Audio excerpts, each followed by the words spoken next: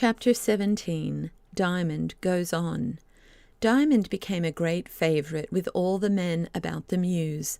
Some may think it was not the best place in the world for him to be brought up in, but it must have been, for there he was. At first he heard a good many rough and bad words, but he did not like them, and so they did him little harm. He did not know in the least what they meant, but there was something in the very sound of them and in the tone of voice in which they were said, which Diamond felt to be ugly. So they did not even stick to him, not to say get inside him. He never took any notice of them, and his face shone pure and good in the middle of them, like a primrose in a hailstorm. At first, because his face was so quiet and sweet, with a smile always either awake or asleep in his eyes, and because he never heeded their ugly words and rough jokes, they said he wasn't all there, meaning that he was half an idiot, whereas he was a great deal more there than they had the sense to see. And before long the bad words found themselves ashamed to come out of the men's mouths when Diamond was near. The one would nudge the other to remind him that the boy was within hearing, and the words choked themselves before they got any farther. When they talked to him nicely, he had always a good answer, sometimes a smart one, ready, and that helped much to make them change their minds about him. One day Jack gave him a currycomb and a brush to try his hand upon old Diamond's coat. He used them so deftly, so gently, and yet so thoroughly, as far as he could reach, that the man could not help admiring him. "You must make haste and grow," he said. "It won't do to have a horse's belly clean and his back dirty, you know." "Give me a leg," said Diamond, and in a moment he was on the old horse's back with the comb and brush. He sat on his withers, and reaching forward as he ate his hay, he curried and he brushed, first at one side of his neck and then at the other. When that was done, he asked for a dressing comb and combed his mane thoroughly. Then he pushed himself onto his back and did his shoulders as far down as he could reach. Then he sat on his croup and did his back and sides. Then he turned round like a monkey and attacked his hindquarters and combed his tail. This last was not so easy to manage, for he had to lift it up, and every now and then old Diamond would whisk it out of his hands, and once he sent the comb flying out of the stable door, to the great amusement of the men. But Jack fetched it again, and Diamond began once more, and did not leave off till he had done the whole business fairly well, if not in a first-rate, experienced fashion. All the time the old horse went on eating his hay, but with an occasional whisk of his tail when Diamond tickled or scratched him, took no notice of the proceeding. But that was all a pretence, for he knew very well who it was that was perched on his back and rubbing away at him with the comb and the brush. So he was quite pleased and proud, and perhaps said to himself something like this: "I'm a stupid old horse who can't brush his own coat, but there's my young godson on my back, cleaning me like an angel." I won't vouch for what the old horse was thinking, for it is very difficult to find out what any old horse is thinking. "Oh dear," said Diamond when he had done, "I'm so tired," and he laid himself down at full length on old Diamond's back. By this time all the men in the stable were gathered about the two Diamonds, and all much amused. One of them lifted him down, and from that time he was a greater favourite than before. And if ever there was a boy who had a chance of being a prodigy at cab driving, Diamond was that boy, for the strife came to be who should have him out with him on the box. His mother, however, was a little shy of the company for him, and besides, she could not always spare him. Also, his father liked to have him himself when he could, so that he was more desired than enjoyed among the cabmen. But one way and another he did learn to drive all sorts of horses, and to drive them well, and that through the most crowded streets in London City. Of course, there was the man always on the box seat beside him, but before long there was seldom the least occasion to take the reins out of his hands. For one thing, he never got frightened, and consequently was never in too great a hurry. Yet when the moment came for doing something sharp, he was always ready for it. I must once more remind my readers that he had been to the back of the north wind. One day, which was neither washing day, nor cleaning day, nor marketing day, nor Saturday, nor Monday, upon which consequently Diamond could be spared from the baby, his father took him on his own cab. After a stray job or two by the way, they drew up in the row upon the stand between Cockspur Street and Pall Mall. They waited a long time, but nobody seemed to want to be carried anywhere. By and by, ladies would be going home from the Academy exhibition, and then there would be a chance of a job. Though, to be sure, said Diamond's father, with what truth I cannot say, but he believed what he said, some ladies is very hard and keeps you to the bare 6pence a mile, when everyone knows that ain't enough to keep a family and a cab upon. To be sure it's the law, but mayhap they may get more law than they like some day themselves. As it was very hot, Diamond's father got down to have a glass of beer himself and give another to the old waterman. He left Diamond on the box. A sudden noise got up, and Diamond looked round to see what was the matter. There was a crossing near the cab stand where a girl was sweeping. Some rough young imps had picked a quarrel with her and were now hauling at her broom to get it away from her. But as they did not pull altogether, she was holding it against them, scolding and entreating alternately. Diamond was off his box in a moment and running to the help of the girl. He got hold of the broom at her end and pulled along with her.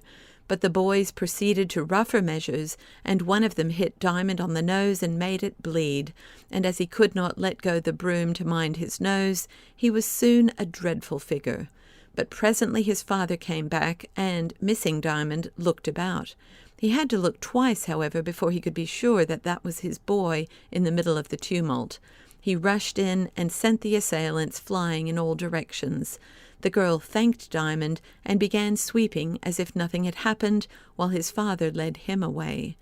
With the help of old Tom, the waterman, he was soon washed into decency, and his father set him on the box again, perfectly satisfied with the account he gave of the cause of his being in a fray. "I couldn't let them behave so to a poor girl, could I, father?" he said. "Certainly not, Diamond," said his father, quite pleased, for Diamond's father was a gentleman. A moment after, up came the girl, running, with her broom over her shoulder and calling, "Cab there, cab!" Diamond's father turned instantly, for he was the foremost in the rank, and followed the girl. One or two other passing cabs heard the cry and made for the place, but the girl had taken care not to call till she was near enough to give her friends the first chance. When they reached the curb, who should it be waiting for the cab but Mrs. and Miss Coleman? They did not look at the cabman, however. The girl opened the door for them. They gave her the address and a penny. She told the cabman, and away they drove. When they reached the house, Diamond's father got down and rang the bell. As he opened the door of the cab, he touched his hat as he had been wont to do. The ladies both stared for a moment and then exclaimed together, "Why, Joseph, can it be you?" "Yes, ma'am, yes, miss," answered he, again touching his hat with all the respect he could possibly put into the action. "It's a lucky day which I see you once more upon it." "Who would have thought it?" said Mrs. Coleman.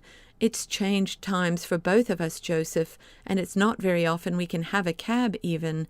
But you see my daughter is still very poorly, and she can't bear the motion of the omnibuses. Indeed, we meant to walk a bit before we took a cab, but just at the corner, for as hot as the sun was, a cold wind came down the street, and I saw that Miss Coleman must not face it. But to think we should have fallen upon you, of all the cabmen in London!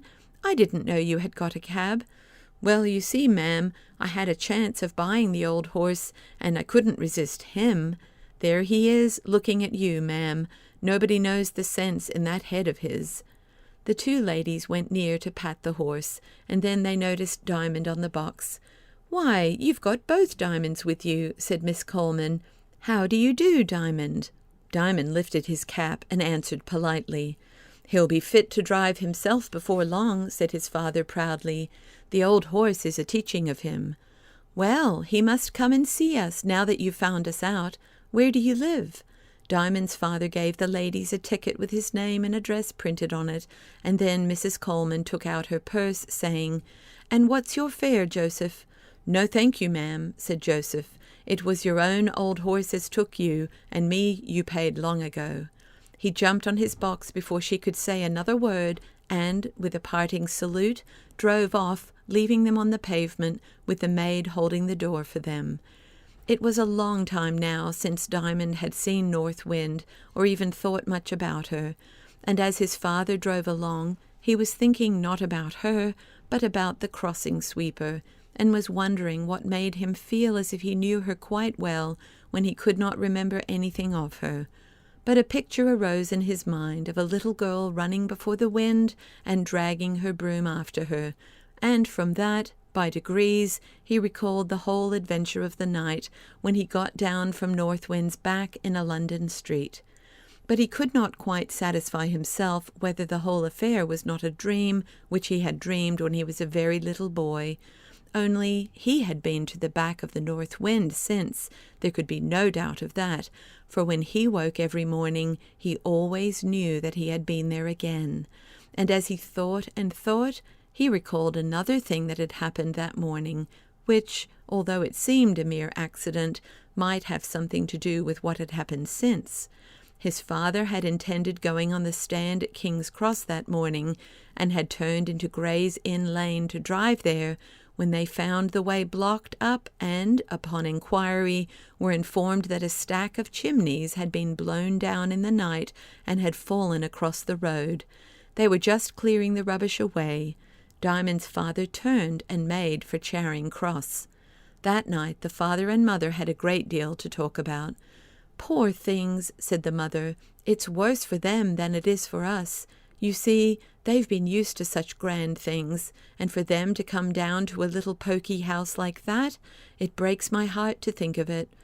"I don't know," said Diamond thoughtfully, "whether Mrs. Coleman had bells on her toes." "What do you mean, child?" said his mother. "She had rings on her fingers anyhow," returned Diamond. "Of course she had, as any lady would. What has that to do with it?" "When we were down at Sandwich," said Diamond, "you said you would have to part with your mother's ring now we were poor." "Bless the child, he forgets nothing," said his mother. "Really, Diamond, a body would need to mind what they say to you." "Why?" said Diamond. "I only think about it." "That's just why," said the mother. "Why is that why?" persisted Diamond, for he had not yet learned that grown-up people are not often so much grown-up that they never talk like children, and spoilt ones too. "Mrs. Coleman is none so poor as all that yet. No, thank heaven, she's not come to that." "Is it a great disgrace to be poor?" asked Diamond, because of the tone in which his mother had spoken. But his mother, whether conscience-stricken, I do not know, hurried him away to bed, where, after various attempts to understand her, resumed and resumed again, in spite of invading sleep, he was conquered at last and gave in, murmuring over and over to himself, "Why is why?" but getting no answer to the question.